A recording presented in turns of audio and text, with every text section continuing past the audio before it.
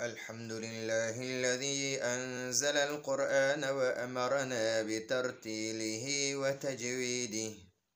حيث قال: ورتل القرآن ترتيلا.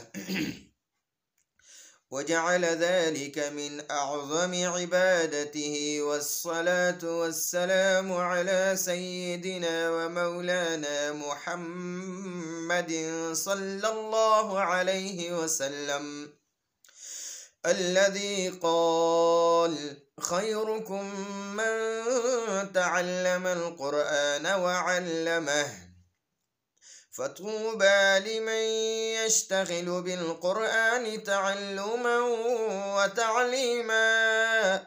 وعلى آله وأصحابه الذين حملوه فجودوه تجويدا. أما بعد، فأعوذ بالله من الشيطان الرجيم. بسم الله الرحمن الرحيم. بل هو قرآن مجيد. وقال الله سبحانه وتعالى: فلا أقسم بمواقع النجوم، وإنه لقسم لو تعلمون عظيم، إنه لقرآن كريم. وقال رسول الله صلى الله عليه وسلم: إن أفضلكم من تعلم القرآن وعلمه. وقال رسول الله صلى الله عليه وسلم: الماهر بالقرآن مع السفرة الكرام بررة، والذي يقرأ القرآن ويتتعتع فيه وهو عليه شاق له أجران، أو كما قال صلى الله عليه وسلم. محترم سامعین و ناظرین، نبی پاک صلی اللہ علیہ وسلم فرمائی: الماهر بالقرآن، کم انسان چې د قرآن ماهر وي، مع السفرة الكرام برره، ډیر اوچتې مرتبه والا فرشتو سره به الله پاک د حشر کوي. والذي يقرأ القرآن، او هغه کس چې د قرآن تلاوت کوي، ويتتعتع فيه، او پاغې کې دا پاغې کې نخلي او تکلیف سره وي، وهو عليه شاق، او دته په دې کې مشکلات وي، له اجران، نو دل الله جل جلاله ډبل اجر ورکوي. مسلم شریف کې دا حدیث دی. نو زما عزیزانو، د قرآن تلاوت زده کول او په دې باندې ځان پویول او د دې حروف صحیح کول او بیا ټولې دنیا ته د الله د دې کلام دا پیغام رسول د هر مسلمان په ذمه الله جل جلاله لګولی دي. سوره یوسف کې الله پاک نبی علیہ السلام ته فرمایي: و ای زما نبی جی، ته دې خلکو ته ووایه: قل هذه سبیلی، دا زما لار ده. خلکو ته د الله کلام زده کول، د الله په کلام باندې خپل زندگی راوستل او ټولې دنیا ته د الله کلام رسول، دا زما لار ده، دا زما کار دی. ادعو الى الله، د دې کلام په برکت سره، د دې کلام په ذریعه سره زه خلک الله طرف ته رابلم. ادعو الى الله على بصیرة انا ومن اتبعنی، په ډېر بصیرت او حکمت سره الله پاک نبی علیہ السلام ته فرمایي: وایي ته دغه شان دې خلکو ته ووایه چې ډېر بصیرت سره او ډېر حکمت سره زه خلک د الله طرف ته راولم، د الله طرف ته رابلم. انا، دا زمان کار دی. ومن اتبعنی، او چا چې زما اتباع کړې ده، یعنی چا چې لا اله الا الله محمد رسول الله دا کلمه ویلې ده او ایمان یې راوړی دی، په هغې په ذمه باندې الله جل جلاله دا خپل دین زده کول او ټولې دنیا انسانانو ته رسول، دا یې ذمه لګولې ده، د هر کلمه گو په ذمه باندې. عزیزانو، دا الله پاک زمونږ په ذمه دا محنت لګولې دی، د الله د کلام خدمت د الله کلام زده کول، د الله د کلام خدمت کول، د ټولې دنیا انسانانو ته د الله د کلام حسن هغه ټولې دنیا انسانانو ته رسول. نو په دې سلسله کې دا د تجوید کلاسونه دي، زمونږ واړه واړه کلاسونه به هم کول، د هغې د حروف الهجا پوره 17 مخارجو کې مونږ د 29 حروف وویل. اوس په انشاءالله د 29 حروف په یو ځل باندې وایو، او د دې مخکې ویلي دي انشاءالله اوس په یو ځل تکرار غونته کې وکړو. نو راځو بورډ طرف ته، ګورئ ورته شاباس. مخکې دا ویلي دي دا 17 مخارج دي، دا 29 حروف په 17 مخارجو کې راوستي دي، خو مونږ به د مخارجو په ترتیب سره به نه وایو، مونږ به د دې حروفو په ترتیب سره وایو. هماغه مخارج 17 مخارج به وایو، خو د دې حروفو په ترتیب باندې به وایو، د مخارجو په ترتیب به نه وایو. بیا ځکه ګډ وډ شي، که کوم ملګري نوي ملګري وي، یعنې قرآن پاک یې ډول مخکې ویلی نه دی، اوس یې زده کوي، نو هغوی به بیا پریشانه شي چې یاره دا څنګه ګډ وډ راته وایي. نو په دې ترتیب باندې به دا انشاءالله وایو چې کوم دا حروف تهجی خپل ترتیب دی، د الف نه یا پورې په دې ترتیب به همدا 17 مخارجو کې به دا ټول حروف بندو. اوس راځئ نګورئ، اعوذ بالله تعوذ او تسمیه نه شروع کوو، انشاءالله بیا به دې خوا حروف تهجی به بیا انشاءالله وایو. نو ګورئ شاباس، اعوذ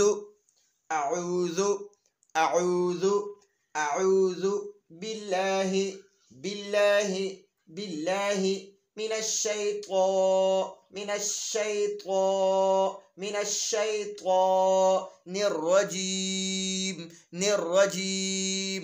الرجيم. اوس تسمیه وایو. ها، بسم الله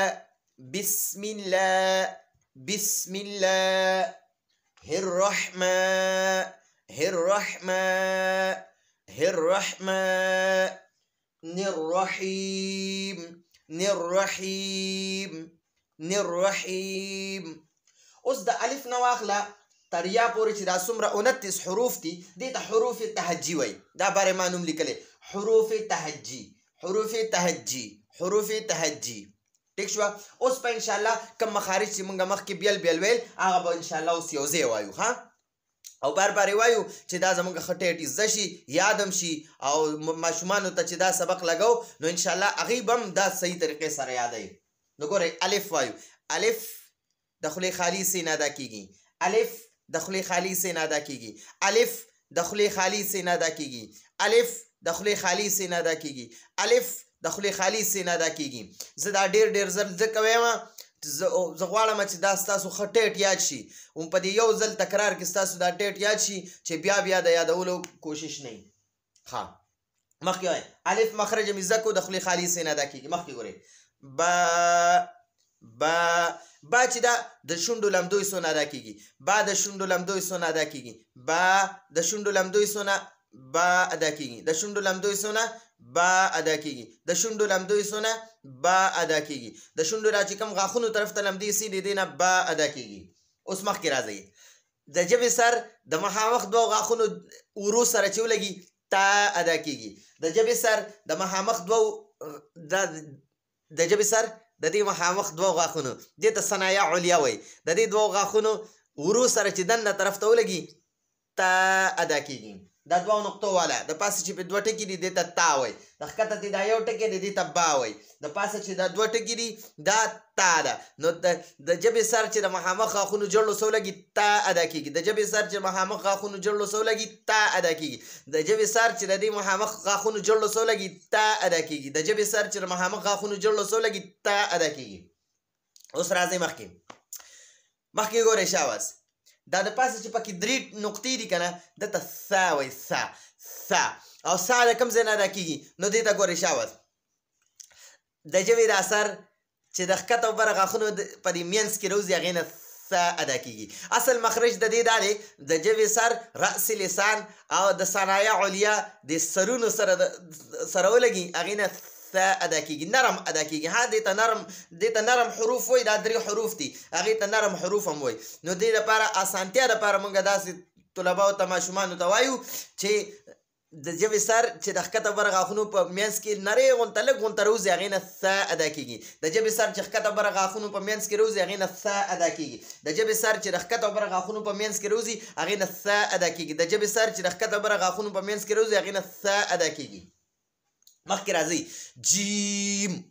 جیم دا کوم ځای نه ادا کېږي ګورئ جیم به اوس زده کوو چې جیم مخرج کوم یو دی د ژبې منځ د دې ژبې منځ ته د تجوید په اصطلاح کې بطن لسان وایي بطن لسان نو موږ ورته په پښتو کې اسان انداز کې وایو د ژبې منځ چې بره تالو سره ولګي هغې نه جیم ادا کېږي د ژبې سر چې د ژبې منځ چې د بره تالو سره ولګي جیم ادا کېږي د ژبې منځ چې د بره تالو سره ولګي هغې نه جیم ادا کېږي د ژبې سر چې د بره د تالو سره ولګي هغې نه جیم ادا کېږي اوس ګورئ ما تاسو ته دا مرۍ په دریو تقسیم کړې وه مرۍ په درې حصو تقسیم کړې وه اوله دا چې کوم د سینې طرف حصه ده دې ته د تجوید په اصطلاح کې اقصای لسان اقصای حلق وایي د منځ حصې ته وسط حلق وایي او د خولې طرف حصې ته چې ده د ژبې او د غاښونو طرف ته چې لږ نږدې ده یعنې دا خولې طرف حصه چې ده دې ته ادنای حلق وایي نو موږ په پښتو کې اسان کړې ده د مرۍ سینې طرف حصه دا چې کوم سینې طرف ته ده دې ته مرۍ سینې طرف حصه وایي چې کوم منځ دی هغې ته مرۍ منځ وایو چې کوم خولې طرف ته ده هغې ته مرۍ خولې طرف حصه وایو نو ګورئ د مرۍ منځ نه د مرۍ دا منځ چې دی دې نه ح ادا کېږي د مرۍ منځ نه ح ادا کېږي د مرۍ منځ نه ح ادا کېږي د مرۍ منځ نه ح ادا کېږي د مرۍ منځ نه ح ادا کېږي دا ح به صحیح زده کوئ ځکه چې د ح په ځای د ها وویله ته معنه دغه لفظ معنی دی غلطه کړه او په دې بعض اوقات کې د معنی د لفظ معنی چې بدله شي نو هغې سره مکمل منظم فاسد شي نو کوشش به کوو د ح په ځای ها ونه وایو ح کوم ځای نه راکېږي د مرۍ منځ نه د مرۍ منځ نه ادا کېږي خو د ژبې دا جړله چې ده که نه د ژبې جړله دا چې لږ غونته د تالو طرف ته ولګي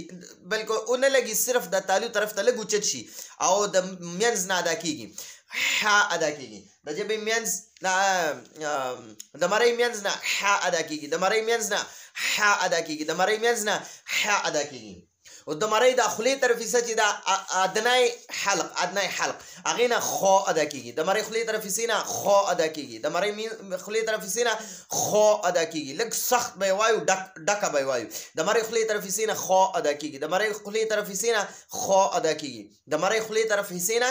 خو ادا کېږي اوس راځئ دې خوا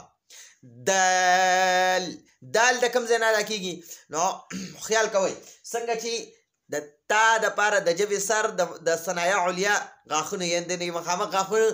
دننه طرف ته ورو سره کلکه ولګي هغې نه تا او دال ادا کېږي د ژبې سر چې د مخامخ غاښونو ورو سره ولګي هغې نه تا او دال ادا کېږي د ژبې سر چې د مخامخ غاښونو ورو سره ولګي تا ادا کېږي د ژبې سر چې د مخامخ غاښونو ورو سره ولګي هغې نه تا ادا کېږي د ژبې سر چې د مخامخ غاښونو ورو سره ولګي تا ادا کېږي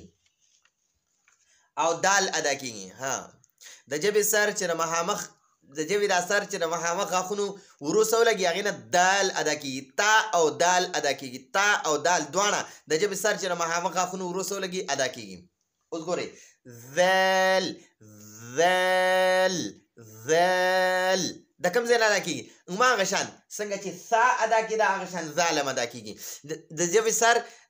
د دې ښکته او بره غاښونو په منځ کې چې لږ نری غونته روباسي هغې نه ذال ادا کېږي د ژبې سر د ژبې دا سر چې ښکته بره غاښونو منځ کې روباسي هغې نه ذال ادا کېږي د ژبې سر چې د ښکته بره غاښونو منځ کې روباسي ذال ادا کېږي د ژبې سر چې د ښکته بره غاښونو په منځ کې روباسي ذال ادا کېږي د ژبې سر چې د ښکته بره غاښونو منځ کې روباسي ذال ادا کېږي اوس را به د کوم ځای نه ادا کېږي را ډکه به یې وایو پور به یې وایو او را چې ده را نو هغې ته خیال کوئ د ژبې د سر نه لږ د سیډ ته د ژبې کناره دا برني دوه مخامخ غاښونو ته ثنایا علیا وایي ټیک شوه او دې سره چې دا خوا کې د ثنایا علیا سره چې د ګاونډ کې دی د خوا کې دې ته رباعي وایي نو یو د ثنایا علیا او یو د رباعي د دې دوو غاښونو ورو سره چې د ژبې دا کناره ولګي هغې نه را ادا کېږي د ژبې دا کناره چې د مخامخ غاښونو نه یو د مخامخ غاښ نه یو ورسره خوا کې دا ګاونډي غاښ دته رباعي وایي نو یو د دې ثنایه علیا نه او یو دا رباعي د دوو غاښونو ورو سره د ژبې دا کناره ولګي را ادا کېږي د دې بره دوو غاښونو ورو سره چې د ژبې د سر نه لږ نوم ته دې خوا دا کناره ولګي هغې نه را ادا کېږي اوس زا د پاسه چې پې نقطه ده دې ته زا وایي زا او دا بل چې دی دلته کې دا دال په شان چې هغې ته ذال وایي ذال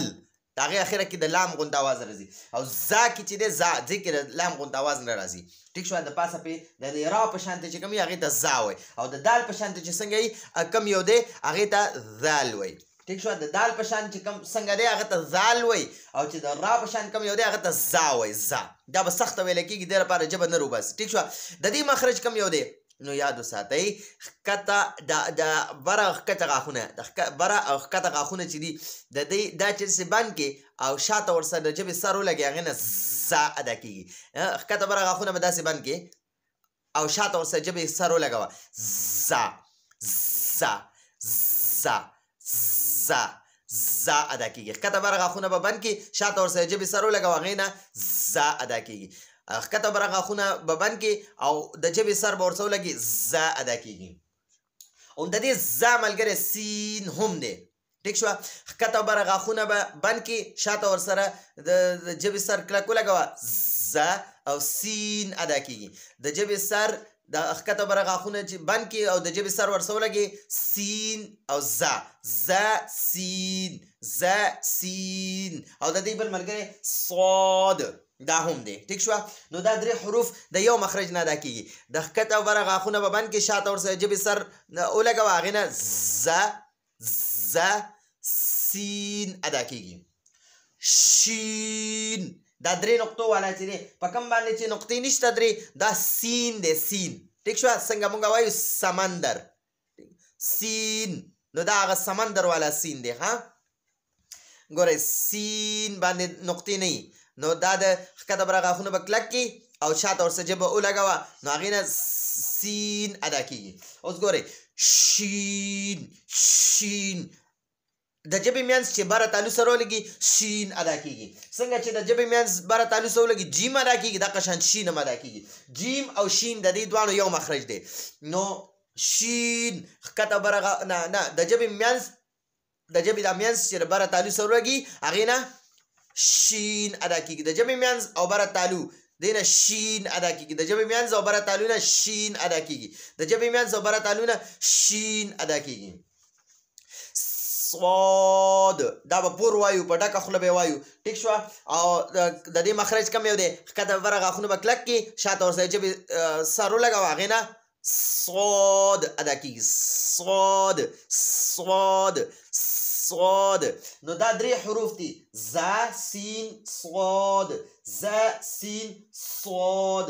زا سین صاد دا درې واړه حروف د یو مخرج نه ادا کېږي اوس ګورئ ضاد ضاد ضاد دا کوم ځای نه ادا کېږي نو دې ته غوږ کېږدئ دا به نه ضاد وایئ او نه به داد وایئ ټیک شوه نه به د دال په شانتې وایئ نه به د ضوا په شانتې وایئ بلکې د دې دواړو په منځ کې به وي او د دې مخرج کوم یو دی اولې مخرج یې زده کوئ دې ته د ژبې ډډه وایي دې ته د ژبې ډډه وایي او د تجوید په اصطلاح کې ورته حافظ لسان وایي حافظ لسان او دا د جامع غاښونو سره د برني غاښونو سره چې ولګي که ښي طرف ته ولګي که ګس طرف ته ولګي او که دواړو سره په یو ځل دا ژبه ولګي دواړه سایډونه د دواړو جامو سره ولګي نو هغې نه ضاد ادا کېږي ضاد ضاد او په ډکه خوله به ادا کېږي ټیک شوه د ژبې ډډه چې د جامع غاښونو سره ولګي ضاد ادا کېږي د ژبې ډډه چې د جامع غاښونو سره ولګي ضاد ادا کېږي د ژبې ډډه چې د جامع غاښونو سره ولګي ضاد ادا کېږي د ژبې ډډه چې د جامع غاښونو سره ولګي ضاد ادا کېږي اوس ګورئ طو طو دا به په ډکه خوله وایو دا د ډکو حروفو نه دی دا د ډک حروف پکې بیا مخکې راځي انشاءالله وبپېژنئ نو طو به په ډکه خوله وایو او مخرج یې کم یو دی د تا او د دال چې کوم مخرج دی هغه د طو مخرج هم دی ټیک شوه طو طو طو طو د ژبې سر چې د برني دوه غاښونو وروسته ولګي طوا ادا کیږي. د ژبې سر چې د مخامخ دوه غاښونو وروسته ولګي طوا ادا کیږي. د ژبې سر چې د مخامخ د دې دوه مخامخ غاښونو وروسته ولګي طوا ادا کیږي. د ژبې سر چې د دې دوه غاښونو وروسته ولګي طوا ادا کیږي. طوا طوا. اوس ګورئ ظوا ظوا ظوا. ګورئ څنګه چې د ثا ذال ظوا د ثا او د ذال مخرجو د ښکته بره غاښونو منځ کې ژبې نری سر روباسه ثا ادا کیږي ذال ادا کیږي او دا ظوا ادا کیږي. ظوا ظوا. خو دا ظوا به پور وي ډکه به وي. ټیک شوه په ډکه خوله به وایو ظوا ظوا. د ښکته بره غاښونو منځ کې ژبې سر روځي ظوا ادا کیږي. ښکته بره غاښونو په منځ کې چې د ژبې سر روباسي ظوا ادا کیږي. ښکته بره غاښونو په منځ کې چې د ژبې سر روباسي ظوا ادا کیږي. ښکته بره غاښونو په منځ کې چې د ژبې سر روباسي ظوا ادا کیږي. ظوا. اوس مخکې ګورئ عین عین عین. عین د کوم ځای نه ادا کیږي؟ د مرۍ منځ نه. وسط حلق وسط حلق یعنی د مرۍ منځ. د مرۍ منځ نه ح او عین دا دواړه چې دي ح عین بغیر نقطې والا ح او بغیر نقطې والا عین. دا به عین نه وای ها عین غلط دی. عین عین عین. دا به د مرۍ منځ نه او د ژبې دا جړله چې ده دا به لږ غونته د تالو طرف ته اوچت شي. تالو سره به لګي نه تالو سره به لګي نه تالو طرف ته به لږ غونته اوچت شي او د مرۍ منځ نه به عین ادا کیږي. ټیک شوه عین عین. د مرۍ منځ نه ادا کیږي. د مرۍ منځ نه عین ادا کیږي. د مرۍ منځ نه عین ادا کیږي. د مرۍ منځ نه عین ادا کیږي. اوس ګورئ د مرۍ خولې طرف سینه غین ادا کیږي. مرۍ خولې طرف سینه غین ادا کیږي. مرۍ خولې طرف سینه غین ادا کیږي. مرۍ خولې طرف سینه غین ادا کیږي. مخکې ګورئ فا فا. زمونږ دا پښتانه اکثر یو غلطي کوي د فا ته چې دی پا وایي پا پا. نو پا چې ده که نه پا په ټوله قرآن کې نشته. دې لپاره دواړه شونډو لګولو ضرورت نشته. د فا مخرج یې زده کوئ. دا برني دوه غاښونه چې دي د دې دا سرونه د دې لاندې شونډې په دې لمده حصه کېږدوه. داسې ګورئ ته فا. نرم به ږدې زور به نه ورکې کلک نه نرم بس هسې به پې کېږدې فا فا فا فا. د بره غاښونو سرونه چې د لاندې شونډې په لمده حصه نرم کېږدې فا ادا کېږي. دا فا. ټیک شوه. د بره غاښونو سرونه چې د لاندې شونډو په لمده حصه کېږدي فا ادا کېږي. د بره غاښونو سرونه چې د لاندې شونډې په لمده حصه کېږدي فا ادا کېږي. د بره غاښونو سرونه چې د لاندې شونډې په لمده حصه کېږدي فا ادا کېږي. فا. نرم به یې پرېږدئ کلک نه فا ادا کېږي. ټیک شوه. اوس ګورئ قوف قوف قوف. ګورئ ورته اوس دا په مرۍ کې چې تاسو ته داسې د غوښې ټوکړه غونته ښکاري که نه هغې ته کوه وایي کوه کوه. ټیک شوه. نو دغه کوه سره چې کله د ژبې جړله ولګي ما تاسو ته ژبه تقسیم کړې وه. یو د ژبې سر دی یو د ژبې منځ دی او یو د ژبې جړله ده. ټیک شوه. نو د ژبې جړله چې دغه غوښه ټوکړه چې ده موږ پښتانه ورته تالو وایو. نو دغه تالو سره چې ولګي په دې دغه کې ورته لحات هم وایي. ټیک شوه.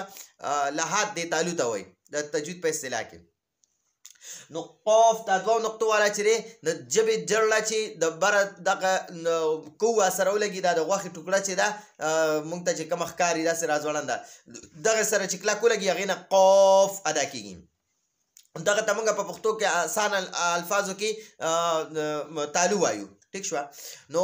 دا دوه نقطو والا قاف چې دی دا به د ژبې جړله چې د بره دغه کوه سره ولګي قاف ادا کېږي. د ژبې جړله چې بره تالو سره کلک ولګي قاف ادا کېږي. د ژبې جړله چې د بره تالو سره کلک ولګي قاف ادا کېږي. د ژبې جړله چې د بره تالو سره کلک ولګي قاف ادا کېږي. د ژبې جړله او د تالو جړله د ژبې جړله او د تالو جړله دغه غوښې ته د تالو جړله م وایي ښه. د ژبې جړله او د تالو جړلې نه قاف ادا کېږي. د ژبې جړله او د تالو جړلې نه قاف ادا کېږي. د ژبې جړله او د تالو جړلې نه قاف ادا کېږي. مخکې ګورئ کاف. د ژبې جړله او د تالو د جړلې نه لږ خولې طرف حصې ته دې خولې طرف حصې ته ټیک شو دې نه کاف ادا کیږي کاف دا به باریک وایو دا چې کوم دوه نقطو والا دی دا به پر وایو قاف اکثر خلک دغه هم کاف وایي دا هم کاف وایي دواړه کاف وایي دا غلطه ده دې سره معنا غلطیږي د انسان مونځ ورسره ماتیږي ګناهګاریږي ټیک شو نو دا کاف کاف د ژبې جړله او د تالو لږ خولې طرفې سینه کاف ادا کیږي د ژبې جړله او د تالو لږ خولې طرفې سینه کاف ادا کیږي د ژبې جړله او د تالو خولې طرفې سینه کاف ادا کیږي د ژبې جړله او د تالو خولې طرفې سینه کاف ادا کیږي د ژبې جړله او د تالو خولې طرفې سینه کاف ادا کیږي مخکې ګورئ لام د ژبې دا کناره د دې سر نه لږ دې خوا پورې د ژبې کناره چې د ثنایه علیا د دې دوو مخامخ غاښونو نه یو غاښ او یو ورپسې غاښ بیا ورپسې غاښ یو بیا ورپسې غاښ نو د دې بره څلورو غاښونو د دې بره څلورو غاښونو څخه چې د ژبې کناره ولګي هغې نه لام ادا کیږي د بره څلورو غاښونو وروسته چې د ژبې کناره ولګي لام ادا کیږي د بره څلور غاښونو وروسته چې د ژبې کناره ولګي لام ادا کیږي د بره څلور غاښونو وروسته چې د ژبې کناره ولګي لام ادا کیږي اوس ګورئ د شونډو یو لمدی سره یو اوچی سره لمدی سینه با ادا کیږي اوچی سینه میم ادا کیږي اوچی سینه میم ادا کیږي د شونډو اوچی سینه میم ادا کیږي د شونډو اوچی سونه میم ادا کیږي د شونډو اوچی سونه میم ادا کیږي د شونډو اوچی سونه میم ادا کیږي اوس ګورئ نون اوس دا د کوم ځای نه ادا کیږي دې ته لږ غونته غوږ کیږئ د ژبې دا کناره چې د دوو غاښونو څه ولګي هغې نه د دوو د دې ثنایه علیا یو غاښ او ورپسې رباعي یو غاښ د دې دواړو وروسته چې ولګي هغې نه را ادا کیږي بیا د دریو غاښونو سره چې ولګي ثنایه علیا نه یو غاښ یو رباعي او یو ورپسې انیاب ټیک شوه دې دریو غاښونو وروسته چې ولګي نون ادا کیږي او چې کله ثنایه علیا یو غاښ رباعي انیاب ضاحک زواحک ورته څوک وایي دغه یو غاښ ته ضاحک وایي بیا چې جمع شي زواحک ورته وایي ټیک شوه نو دې ثنایه علیا یو غاښ رباعي انیاب زواحک یا ضاحک د دې څلور غاښونو ورو سره چې د ژبې کناره ولګي لام ادا کیږي او چې دریو غاښونو ورو سره چې د دریو غاښونو ورو سره چې د ژبې کناره ولګي هغې نه نون ادا کیږي ټیک شوه واو واو د دې تجوید په اصطلاح کې وایي هغه خبرې لږې ګرانې دي زه ځکه اکثر هغه لږ رستو کومه د نوي دا چې کوم ملګرو ناظره نه ده ویلې او هغې قرآن د دې نه حفظه کوي نو هغې دپاره زه لږ اسانه اصطلاح استعمالوم اسانه الفاظ استعمالوم کوشش زما دا وي نو د دې تجوید په اصطلاح کې هغوی داسې وایي چې د واو کم مخرج دی وایي شونډې چې ناتمام بندې کې یعنی د شونډو د ناتمام بندېدو نه واو ادا کیږي د شونډو ګولایي او ناتمام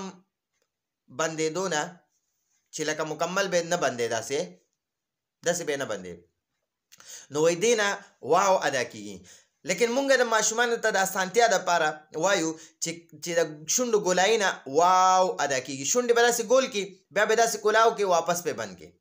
خو مکمل به نه بندې واپس پې داسې ګول کې نو ګورئ ورته زما خولې ته ګورئ د شونډو د ګولایي نه واو ادا کیږي د شونډو ګولایي نه واو واو اخره کې بیا داسې ګول شي شروع کې به ګول شي بیا به کولاو کې مکمل بیا به واپس ګول کې د شونډو ګولایي نه واو ادا کیږي د شونډو ګولایي نه واو ادا کیږي د شونډو ګولایي نه واو ادا کیږي مخکې ګورئ ها ها دا مرۍ مونږ په دریو تقسیم کړی و کنه یو اقصای حلق وسط حلق ادنای حلق یعنی د مرۍ سینې طرف حصه د مرۍ منځ حصه د مرۍ خولې طرف حصه نو د مرۍ خولې طرف حصې نم دوه حروف شو خا او غین د مرۍ منځ نم ح عین وشو اوس د مرۍ سینې طرف حصې نه دوه دي ها همزه ها همزه د مرۍ سینې طرف حصې نه ادا کیږي ها همزه د مرۍ سینې طرف حصې نه ادا کیږي ها همزه د مرۍ سینې طرف حصې نه ادا کیږي ها همزه د مرۍ سینې طرف حصې نه ادا کیږي اوس راځئ یا د ژبې منځ چې د بره تالو سره ولګي هغې نه جیم شین یا ادا کیږي دا یا د جیم او د شین ملګری دی یا د جیم او د شین ملګری ده. جیم شین یا دا درې واړه د ژبې منځ بره تعلق سره چې ولګي ادا کیږي. د ژبې منځ چې بره تعلق سره ولګي هغې نه یا ادا کیږي. د ژبې منځ چې بره تعلق سره ولګي